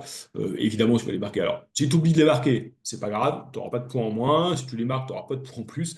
Mais voilà. Donc, en fait, essayez d'avoir dans votre tête des packs comme ça où vous dites, bah voilà, on me demande quel monitorage je vais avoir en bloc opératoire. Donc là, la question, c'est plutôt en passant en choc septique. Donc, je vais vraiment axer le début de ma réponse sur le monitorage hémodynamique. Et puis, je ne veux pas oublier de marquer tout le reste, c'est-à-dire la température, le TCO2, le bis éventuellement si j'en mets un, enfin voilà, tout ça. D'accord? Donc n'oubliez pas tout ça. Ok, allez, JM, on y est presque. Et il est fatigué là, hein, JM, je sens fatigué. Alors, allez, là ils nous disent, donc c'est question 5, alors, je crois qu'il y a 10 questions, hein, donc en fait le cas clinique est assez long, donc on va pas tout faire, hein, parce que là il est déjà un peu tard, mais ils nous disent, il y a un ulcère perforé, voilà, il a donc ulcère est structuré, ok, 48 heures à chirurgie. Voilà. Alors, quand on veut dire 48 heures à chirurgie, oligurie, 230 ml par 24 heures, et on a globalement une kaliémie à 5,7, une réserve alcaline à 18, donc c'est pas encore ouf, hein, on est d'accord. Et puis il a une urée à 22 et une créate à 250. Et là, on dit caractériser la gravité de l'insuffisance. Alors, de l'insuffisance rénale. Alors, déjà, dans la question, si on nous dit caractériser la gravité de l'insuffisance rénale, c'est qu'il en a une. Bon, ça, on était tous à peu près persuadés. Quelle échelle vous avez utilisée? Je pense que vous avez tous la réponse. Voilà. Donc il a. Ouais, Flavien, il est fort aussi, hein. En fait, ouais, ils sont pas mauvais quand même, hein. Bah, on voit la diff. Ouais, Voilà. ouais. En fait, Non, c'est bien, c'est Flavien, bien. Flavien et Nesrine, ils Comme sont quoi, forts. comme quoi la méthodo, c'est hyper Ah important ouais, parce que, Flavien et en Nesrine, ils fait, sont forts. voilà, c'est la méthodo. Mm. Enfin, Et Ariane nous donne toujours des trucs bien détaillés, quoi. Elle donne toujours. Ouais, bah ouais, c'est ça. En fait, Cadigo 2, Cadigo 3. Donc évidemment, utiliser l'échelle Cadigo, on est d'accord. Je vous rappelle que l'échelle donne des critères biologiques et des critères cliniques. Les critères biologiques, c'est essentiellement la créate, hein, et l'évolution de la créatinine. Les critères biologiques sont essentiels, pardon, les critères cliniques sont essentiellement la diurèse. Alors, la petite difficulté qu'on a là, c'est que on n'a pas le poids du patient. Donc en fait, on ne peut pas calculer la diurèse en millilitres kilo. C'est un petit peu ça qui est un peu piégeux et c'est pour ça que l'énoncé est un peu chiant. Enfin, on se dit quand même que 230 ml par 24 heures, c'est pas beaucoup. Clairement, même si on ne connaît pas le poids du patient, on se dit que clairement 230 ml, c'est déjà que le patient est en oligorie, même s'il pèse que 50 kilos, on est déjà pas bien. Donc globalement, je suis d'accord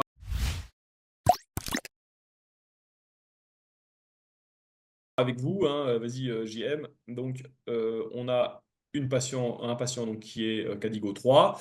Pourquoi? Alors là, il faut que vous détailliez votre truc pour vous montrer que vous connaissez la classification Cadigo, que tout le monde utilise maintenant en réanimation. C'est que on a une créate qui a fait 2,3, donc ça ferait Cadigo 2, d'accord? Mais on a l'oligurie. Je vous rappelle qu'il faut prendre sur les deux critères le plus péjoratif des deux.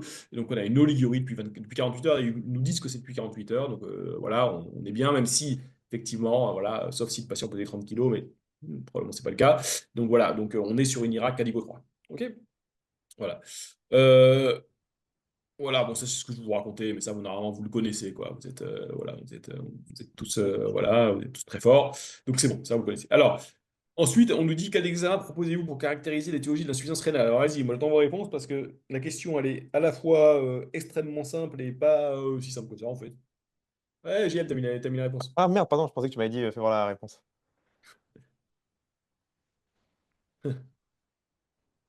Alors, Alors, il y a une réponse qui est. Voilà, il y a une réponse. Bah, Nesrine, Nesrine, elle est forte, hein, franchement. Non, en fait, il y a une réponse qui est évidente, quoi. On vous parle insuffisance rénale, cause de l'insuffisance rénale. Bah voilà, ça doit être sous-cortical chez vous. D'accord? Je lui fais une échographie, hein. Voilà, il n'y a même pas à se poser la question, hein. C'est un truc qu'on apprend. Et en fait, si on vous pose la question, c'est juste qu'on veut vérifier que voilà, vous avez un niveau suffisant pour vous dire, bah voilà, j'ai une IRA et je lui fais l'écho, quoi. Clairement. Alors, oh là, putain, Ariane, elle est partie dans les biomarqueurs et tout, quoi. Alors, ouais, restez simple quand même. Euh, En gros, qu'est-ce qu'il a ce patient?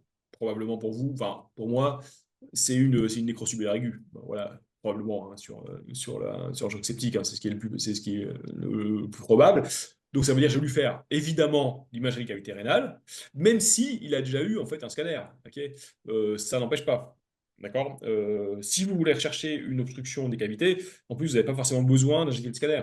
Quand vous avez juste besoin d'avoir un scanner, même non injecté, si c'est dilaté, vous le verrez. Donc, en gros, c'est au lit du patient, je prends ma sonde d'échographie et je regarde les cavités. C'est dilaté, c'est pas dilaté. Si je sais pas faire, si j'ai un doute, etc., je l'envoie au scan. S'il est transportable, je lui fais le scan, je peux besoin d'injecter et je vois s'il est dilaté ou pas. Donc, ça doit, euh, ça doit apparaître immédiatement. Ensuite, la deuxième chose, c'est que ce patient, il a des urines, d'accord? Il n'a pas une insuffisance rénale aiguë anurique, hein, il continue à pisser même s'il est oligurique, donc vous avez la possibilité, évidemment, de lui faire l'ionogramme urinaire, donc sur les urines que vous avez, 230 ml, vous pouvez faire un iono-U, et évidemment, bah, vous allez en fait avoir dans le... Alors, l'écho Doppler des artères rénales, oui, je suis d'accord, mais alors il faut savoir quand même que tout ce qui est index de résistivité, etc., ça a donné des résultats qui sont relativement décevants. D'accord. Donc en fait, l'index de résistivité qu'on a, à un moment, on était à fond là-dessus.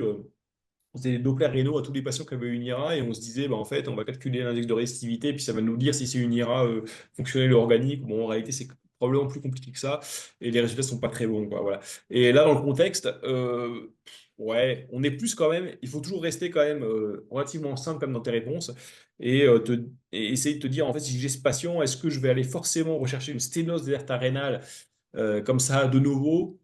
Chez un patient qui est en choc septique, qui est un peu hypovolémique, etc., où je vais quand même plutôt penser à une nécrose tubulaire, je pense pas, ouais, à mon avis, c'est pas le truc que tu prends en première intention, d'accord? Donc en fait, en première intention, enfin, là, ce qu'on te demande dans la réponse, c'est qu'est-ce que tu vas faire là en réanimation quand le patient arrive, d'accord? Donc tu vas pas forcément lui faire le Doppler, tu vas déjà prendre ta sonde et aller regarder si c'est obstructif ou pas, quoi, d'accord? Et deuxième chose, tu vas demander à IONOU pour évidemment regarder ton rapport NAK, première chose, ok? Et ta fraction excrétée de sodium pour voir un peu si c'est du fonctionnel ou de l'organique. Alors là, je crois qu'on a perdu Jean-Mathieu parce que c'est des trucs, ça, c'est les chirurgiens qui connaissent pas. Ça, c'est un truc tu vois, le rapport NaK, la fraction excrétée du sodium, c'est des trucs, ça leur parle du chinois, quoi. Et ça, c'est Mais ouais, ouais, il va te dire que non. de Mais... néphrologue même. Ouais, c'est des néphrologues, ouais. Tu sais, c'est des trucs de médecins qui réfléchissent. Euh, alors, je vous l'ai mis en rouge parce que c'est important. Évidemment, n'oubliez jamais hein, de marquer que vous allez faire une échographie des cavités, c'est extrêmement important. Si vous ne mettez pas ça, vous avez zéro à la question, hein. Je suis désolé pour vous, mais voilà. Donc, imagerie des cavités pieds localisés, alors que vous disiez je fais une échographie, je fais un scanner. Faites comme vous voulez. Vous faites une imagerie. Euh, et ensuite, évidemment, vous allez effectivement faire l'IONOU. Pourquoi? Parce que ça va vous donner deux informations importantes. Premièrement, vous allez pouvoir calculer la clairance, enfin la mesurer en fait, avec la formule UV sur P. Alors, je ne sais plus qui m'avait posé la question, je ne sais plus si c'était Nesrine ou Ariane là, qui m'avait posé une question assez pointue hein, sur le calcul de l'UV sur P. Et on avait conclu ensemble, après avoir revu un peu toutes les données, que en fait, on surestimait un peu, qu'il fallait mettre un petit facteur de correction. Je ne sais plus si c'était Nesrine ou Ariane, enfin une des deux, je crois, hein, voilà, qui m'avait posé ça. Donc voilà, ils ont quand même un bon niveau les deux, attention. Mais bon, voilà, vous pouvez calculer en fait, connaissant la créatinine urinaire, connaissant le volume urinaire des 24 heures, connaissant la créatinine plasmatique, vous allez calculer votre clairance et avec un degré de précision qui sera bien meilleur qu'avec une formule style Cocroft ou MDRD ou ce que vous voulez. Et vous aurez un calcul de la clairance qui vous permettra après, évidemment, d'adapter vos traitements et en particulier vos antibiotiques à la clairance. Et deuxièmement, vous allez avoir votre natriurèse, vous allez calculer le rapport NaK et vous allez calculer évidemment votre fraction excrétée d'urée, d'urée de sodium, ce qui va vous permettre enfin d'avoir des bons arguments pour savoir si c'est du fonctionnel ou de l'organique. On a probablement, là, on est quand même probablement devant une insuffisance rénale aiguë un peu mixte et probablement plutôt de l'organique, quoi. Voilà. Si vous n'avez pas d'urine, alors bah, c'est voilà, ça peut arriver, hein. Vous avez une IRA anurique, voilà, c'est juste ce que vous avez à faire. Vous n'allez pas aller jusqu'à la ponction biopsie rénale hein, pour aller regarder comment sont les glomérules. Vous allez surtout utiliser en fait le rapport créatinine plasmatique versus urée plasmatique. Quand vous avez un rapport urée sur créate supérieur à 100, les deux étant exprimés en micromol, vous avez probablement une IRA plutôt fonctionnelle, alors que l'inverse est plutôt un évocateur d'une IRA organique. Mais c'est voilà, c'est un moyen de s'orienter, quoi. Ok, voilà. Vas-y, JM. Est-ce qu'il y a encore une diapo là? Il me semble qu'il y en a encore une, hein. Voilà. Donc globalement, c'est quoi? C'est voilà, bon, c'est un petit tableau hein, qui vaut ce qu'il vaut, mais voilà, n'hésitez pas à revenir vers des choses comme ça, qui sont relativement simples. L'osmolarité urinaire, on la calcule pas toujours. L'osmolarité plasmatique, c'est pareil. La fraction excrétée d'urée, c'est pareil. Par contre, ce que vous pouvez calculer assez facilement, c'est la fraction excrétée de sodium, qui est rarement calculée. D'accord? Et la fraction excrétée de sodium, elle est assez simple à calculer, hein. Les gens ne connaissent pas, ils savent pas trop comment on la calcule, mais c'est pas compliqué. Il vous faut un iono-U avec une natriureuse, il vous faut une créate plasmatique, il vous faut une natrémie, que ça, vous avez forcément sur votre ionogramme sanguin, il vous faut une créature urinaire, quoi, que vous avez forcément sur votre iono U si vous la demandez. Et à ce moment-là, vous pouvez calculer votre fraction excrétée. Donc, vous avez une fraction excrétée de sodium qui est très basse. Qu'est-ce que ça veut dire? Ça veut dire que votre rein, en fait, a tendance à garder le sodium parce qu'il veut garder du volume. Voilà, donc on est sur une insuffisance rénale aiguë fonctionnelle. Par contre, quand vous avez une fuite, enfin une fraction excrétée de sodium qui est supérieure à 1%, c'est-à-dire que le rein n'a pas besoin de garder du volume et que le problème est autre et que vous avez une insuffisance rénale aiguë organique. Voilà. Voilà, donc pour répondre à la question qui était posée, effectivement, et ben c'est voilà, c'est vous dites, je fais une échographie des cavités rénales, vous expliquez pourquoi, pour éliminer un obstacle. Je fais un iodo-U, pourquoi? Parce que ça va me permettre de calculer premièrement la clairance de la créate avec la formule du VSUP, et deuxièmement, ça me donnera des arguments qui ne sont pas complètement irrémédiables et qui ne sont pas parfaits, mais qui ont le mérite d'exister pour savoir si c'est du fonctionnel ou de l'organique. Alors globalement, c'est ça qu'il faut que vous répondiez à la question, c'est ce qu'on attend de vous. Voilà, après, vous n'avez pas forcément besoin de donner la formule du calcul de la fraction excrétée de sodium. D'ailleurs, je suis même pas sûr qu'eux, ils la connaissent par cœur, hein, donc, voilà. Voilà, et ben, je crois que c'était la dernière question. Bon, des questions? Ah, on est pas mal là, on a 1 heure et demie, c'est bien. Euh, Tout le reste du cas clinique, je l'ai corrigé hein, sur le site.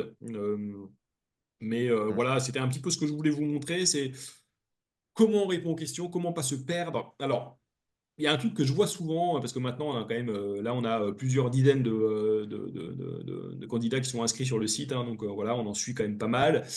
Ce que je vois souvent, c'est que parfois, vous avez un peu tendance, parce que vous avez tous un bon niveau quoi, en anesthésie réanimation, et donc parfois, vous pensez à des trucs qui sont, euh, qui sont intéressants et qui sont pas forcément pertinents dans la question. Ce que je veux dire, c'est que ne vous laissez pas déborder en fait par des choses que vous connaissez, restez simple. Voilà, restez simple et restez clinique. Et posez-vous toujours des questions quand vous êtes devant ce genre de cas clinique. Restez toujours au niveau du patient et essayez toujours de garder, voilà, de vous dire qu'est-ce que je ferais moi là à l'instant T devant ce patient. Et ce que je veux dire, c'est parfois vous partez dans des trucs qui sont compliqués et peut-être un peu trop compliqués, qui sont pas ce qu'on attend. Voilà.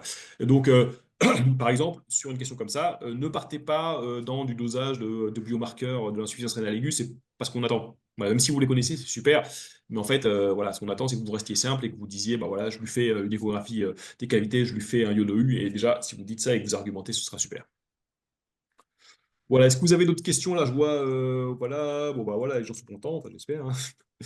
Et alors, il y en a un qui me dit, je reçois pas d'appel WhatsApp. Soleil qui dit: «Je suis inscrit, mais je ne reçois pas d'appel WhatsApp». Alors d'appel WhatsApp, c'est normal comme on s'appelle pas sur le groupe, mais si, Alors, juste normalement pour vous dire, hein, sur le groupe WhatsApp, donc normalement tu es dans le groupe WhatsApp, hein. Si tu es pas dans le groupe, ah ouais, si t'es pas dans le groupe, c'est qu'il y a un petit souci. On est déjà mais je pas pense mal. que tu es dans le groupe, ça m'étonnerait. Envoie-moi un message sinon. Fais-moi un Ouais, mail ou ouais. si tu es pas dans le groupe. On est déjà, on est déjà assez nombreux hein, sur le groupe, hein, parce qu'on a quand même déjà pas mal d'inscrits.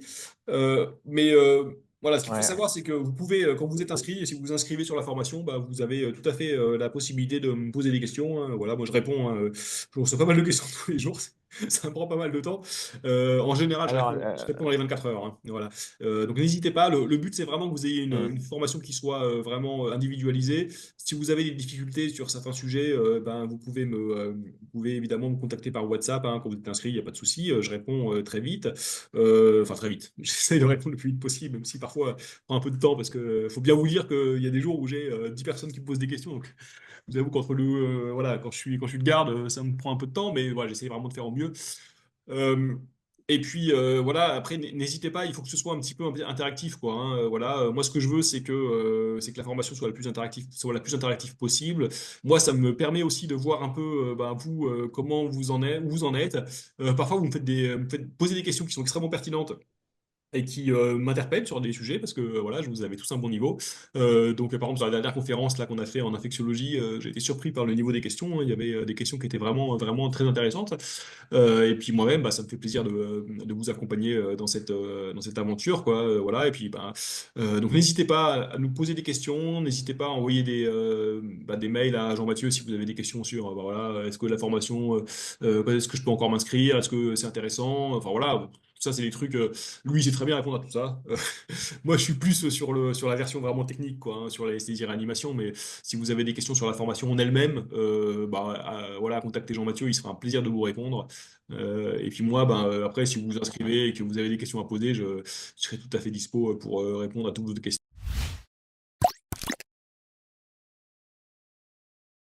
si vous avez encore des questions. Attends, moi, je vais Ah, juste leur faire prendre conscience sur deux, trois ah, choses qui est hyper voilà. importante.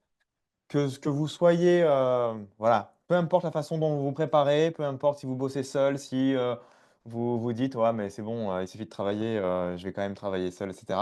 Ben, en tout cas, voilà, gardez vraiment une chose en tête, c'est l'objectif que vous avez au bout. L'objectif que vous avez au bout, les amis, c'est pas réussir les EVC en soi, c'est exercer la médecine en France. Et ça veut dire avoir accès à des ressources dans des hôpitaux sans compter. On compte pas le matériel. On peut craquer X nombre je sais pas, de laryngos, de sondes, j'en sais rien. Voilà. C'est Ouais, pas trop quand même, hein. c'est un plateau technique, c'est d'avoir un salaire. Non, tu as compris, mais c'est d'avoir un plateau technique développé, d'une activité qui est variée, d'avoir un salaire qui est quand même beaucoup plus élevé, hein, il faut le dire, d'avoir un hôpital qui est. Voilà, donc c'est ça vraiment le vrai objectif. Et pensez à ça à chaque fois que vous serez Ouais, dans la misère, que vous en aurez marre, etc. Pensez à ça. Et préparez-vous maintenant parce que ouais. chaque semaine que vous passez là maintenant sans vous préparer, vous l'avez vu, hein, vous l'avez vu là, on a des chevaux de course, ils répondent, enfin, la méthodo, c'est la clé. Donc Ah, ils sont forts, hein. tout le temps que vous passez à ne pas vous préparer, à vous dire, ouais, j'ai le temps, bon, voilà, je repousse. Ben, en fait, il y en a qui se préparent, il y en a qui prennent de l'avance. Et c'est vrai Donc, qu'on on en a quand même qui, voilà quoi, hein. Là, les trois qui sont inscrits, là, ouais, elles sont fortes, hein. Enfin, il et elle Donc sont fortes d'ailleurs. voilà, ça c'est ce Euh, qui est inclus dans l'offre d'Antoine. si je peux juste me permettre de rajouter un petit truc, hein, Ouais. donc là, comme je vous ai dit au début, hein, on est parti sur un rythme qui est un peu serré, hein, parce que voilà, vraiment l'objectif c'est que on ait fait tous les modules avant septembre. Euh, donc on va vraiment tenir le planning, quoi. Voilà. C'est-à-dire que moi, je suis assez strict là-dessus, quoi. Je veux que toutes les 2 semaines on ait les confs. Globalement, dès qu'on a une conf, je vous mets le module d'après pour que vous commenciez à bosser. Le prochain module, c'est de l'obstétrique, c'est samedi. Après, on fera dans 15 jours, on fera la pédiatrie. Après, dans 15 jours, on fera le prochain module. Je pense qu'on fera la traumato, etc. Bon, voilà, donc il faut tenir les délais. Pour ceux qui s'inscrivent maintenant, bah, vous pouvez, voilà, vous n'avez pas pris de retard. Par contre, il va falloir que derrière, vous puissiez avoir le temps en fait de réviser tout ce qui a déjà été vu, quoi. Voilà, ça veut dire vous aurez toutes les confs qui seront là. Il va falloir que vous vous preniez en fait en main. Et puis, bah, si vous inscrivez, allez-y, quoi, hein. Il faudra que vous passiez quelques soirées quand même à regarder les confs et puis à revoir tout ce qu'on a fait déjà. Mais il n'est pas trop tard. Voilà, il n'est pas trop tard et voilà, je pense que là c'est le moment où il va falloir commencer un petit peu à se poser les bonnes questions, quoi. Ok? Ouais, Ariane a dit que c'est vaste. Non, mais Ariane, elle est forte, donc Ariane, c'est bon. Prochain module. Donc, les amis, pour ceux qui sont inscrits ou ceux qui vont s'inscrire, prochain module. Donc, samedi, on fait l'obstétrique. Et dans 15 jours, eh ben, on fera la pédiatrie. Et encore dans 15 jours, on fera probablement le module traumato. Là, je n'ai pas encore décidé lequel je vous ferai, mais je pense que ce sera plutôt la traumato. Et puis après, ben, on finira par les derniers modules. Donc, ce sera la réa neuro, réa respire, réa et Mm, bateau, mm, mm. etc. Voilà. Et après, concours blanc. Ariane, quand tu dis c'est trop vaste, tu veux dire la spécialité, en gros, le programme à réviser et tout, c'est hyper vaste, ou tu veux dire c'est trop vaste, les conférences et tout, il y a trop d'informations, etc. Ah oui, tu veux dire toute la spécialité, quoi, tout ce qu'il faut connaître. Bah oui, Hmm. c'est une des plus complètes, hein. Alors, Ouais. Juste, juste, juste pour info, parce que j'ai eu des questions là sur des gens qui étaient déjà inscrits là, il y a une de vos collègues là qui me dit ouais franchement ça a été voilà voilà vous avez mis des trucs là voilà surtout en pédiatrie là sur les modules voilà ou en infectio vous avez mis des trucs sur le palu etc. Et machin. Alors ce que je lui ai répondu hein, c'est toujours pareil c'est le palu par exemple en infectieux c'est un truc qu'il faut connaître parce que ça peut tomber c'est pas encore tombé mais ça peut tomber c'est un sujet de base quoi voilà donc par contre on va pas vous demander voilà, les mécanismes exacts de l'hémolyse sous artésunate. Voilà. Mais par contre, que vous soyez bien au clair sur le fait que je vais en première intention mettre de l'artésunate, etc. Ça, c'est évident, quoi, parce que ça peut tomber. Après, pareil, je vous ai mis je vais pas vous spoiler pour ceux qui l'ont pas encore fait, mais je vous ai mis des cas cliniques en pédiatrie. Il y en a un qui est, voilà, qui est un petit peu compliqué. Et à la fin, voilà, je vous demande qu'est-ce que vous pouvez mettre. Et puis, il y a de l'immunothérapie, etc. C'est pareil. Clairement, on ne va pas vous demander quel type d'immunothérapie vous allez mettre chez ce genre de patient. C'est juste pour votre culture personnelle, d'accord? Mais tout le reste, on va dire les trois quatre questions avant, il faut que vous les connaissiez parce que c'est des trucs qui peuvent tomber, qui ne sont pas tombés, mais c'est des cas cliniques qui sont tombables et qui sont des trucs classiques. Voilà. Et si je vous les mets, c'est pas par hasard. Voilà, c'est pas pour vous embêter, quoi. C'est parce que je pense que c'est vraiment des choses qui peuvent tomber, qui sont pas encore tombées, qui peuvent tomber. Sky qui demande, Et Sky qui demande les Ah, références en pédiatrie. Bah, si t'es dans le groupe, si t'es dans le groupe, on va avancer un petit peu. ouais. Mais si t'es dans le groupe, Antoine les mettra dans le groupe, je pense. Références en pédiatrie, dans les références de l'ASFA, il n'y en a pas tant que ça. Alors, en fait, il faut savoir un truc, c'est que les références en pédiatrie, c'est un peu light, quoi. Voilà, que ce soit la DARPEF ou Société française de pédiatrie, etc. Il n'y a pas énormément de références et ça que c'est un petit peu chiant. C'est pour ça qu'il n'y a pas tant de références que ça, quoi, en pédiatrie.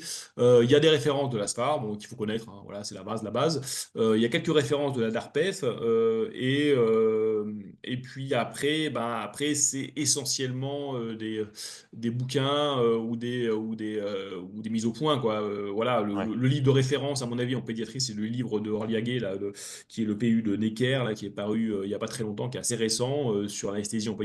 Mais voilà, c'est pareil, c'est des livres qui sont payants. Donc voilà, moi, dans mes questions, j'utilise pas mal ce genre de choses. J'utilise les conférences de l'ASFAR, j'utilise les conférences, enfin les références de la DARPEF. Et puis bah, le livre de Orliaguet, je l'ai lu et j'ai travaillé à Necker pendant quelques temps, donc je le connais. Et donc j'en mets aussi, ce qui vous évite éventuellement d'acheter le bouquin, quoi. Voilà.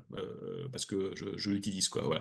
Oui. Mais en pédiatrie, c'est toujours un peu compliqué parce qu'en pédiatrie, il y a finalement assez peu de références, quoi. C'est une spécialité qui, curieusement, est pas très normée, quoi. Voilà. Voilà, bon, quelques avis qui sont positifs. On vous remercie, hein, ceux qui sont déjà avec nous. Franchement, un gros merci à vous.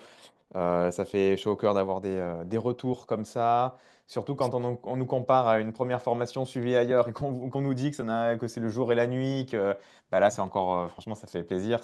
Antoine, c'est des trucs voilà, qui sont pour toi. Ouais, bah ouais, non, moi je suis content parce que je vois qu'en fait, voilà, moi je me donne hein, quand même, hein. Je me donne, ça me prend pas mal de temps. Et puis, bah, super, en fait, je suis super content parce que j'ai des retours positifs de la formation. J'ai des questions qui sont vachement intéressantes de la part de plein de candidats qui sont inscrits.